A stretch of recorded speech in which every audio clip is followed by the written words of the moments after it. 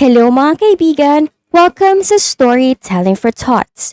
Ako si Ses, ang inyong makakasama sa pagtutuklas ng mga bago at masasayang kwento. Tara at sabay-sabay tayong matuto!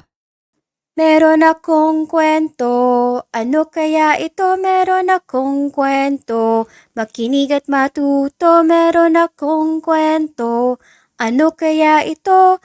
Makinig at matuto. Bilog na itlog.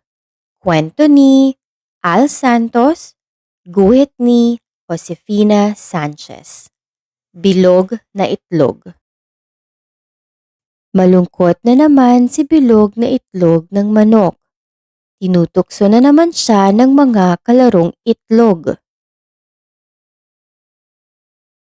Sabi ni inahing manok, bilog ang buwan ng isinilang si bilog. Kaya ibang-iba ang kanyang ayos. Hindi matulis ang tuktok, hindi malaki ang batok.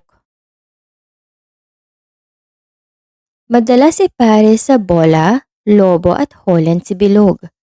Kaya minsan umalis siyang masama ang loob. Pupunta ako sa malayong pook. Sabi niyang nagpagulong-gulong at nagpaikot-ikot. Sumisikat na noon ang araw sa silangan. Nakita ng araw si bilog sa isang taniman. Bakit ka malungkot? Tanong ng araw kay bilog. Tinutukso nila ako dahil sa aking ayos. Walang masama sa pagiging bilog, sabi ng araw. Mastan mong mabuti ang aking magiging ayos. Bilog! Pareho pala tayong bilog! Tuwang-tuwang sigaw ng itlog. Oo, tulad ng mga planeta sa kalawakan, tulad ng mundong iyong ginugulungan, anang araw. Sa paglaganap ng liwanag ng araw, nagigising ang mga tanim sa paligid ni bilog. Bakit ka malungkot? Tanong ng pakwan sa itlog. Tinutukso nila ako dahil sa aking ayos. Sagot ni bilog. Ang mga paris naman, sabi ng pakwan, ay lalong tumatamis kapag namimintog, kaya walang masama sa pagiging bilog. Maya-maya nagdaan ang gulong ng jeep. Bakit ka malungkot? Tanong nito sa itlog. Tinutukso nila ako dahil sa pagiging bilog. Sagot ni bilog. Isipin mo, batang itlog, sabi ng gulong. Kung di ako bilog, paano ako aabot sa sasakyan para mapalitan ang gulong na pumutok? Kung wala ako, may kotse bang haharurot? Ginabi na sa pag-iisip si bilog. Wala naman yatang masama sa aking ayos. Babalik ako sa mga kapatid ko't inahing manok. Nasalubong ng buwan si bilog. Ginabi ka yata sa paglilibot, bati ng buwan. Ihahatid kita sa pag-uwi, batang itlog. Kahit pagod, masayang nagpaikot-ikot si bilog. At doon nagtatapos ang ating kwento. Nagustuhan niyo ba ang paglalakbay ni bilog na itlog? Tandaan niyo ha, katulad ni bilog na itlog, ikaw ay special, ikaw ay mahalaga, at mayroon kang sariling galing. Huwag mong kakalimutan na ang pinakamahalaga ay ang kabutihan sa iyong puso.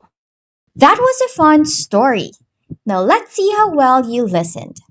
Ready to answer some quick questions? It's time for Thoughts.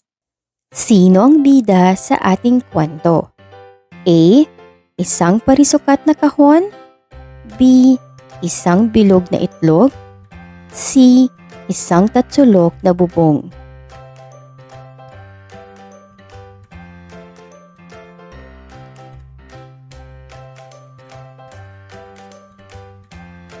Bakit malungkot ang bilog na itlog noong una? A. Dahil wala siyang makain. B. Dahil gusto niyang matulog ng matagal. C. Dahil pakiramdam niya ay iba siya sa ibang mga itlog.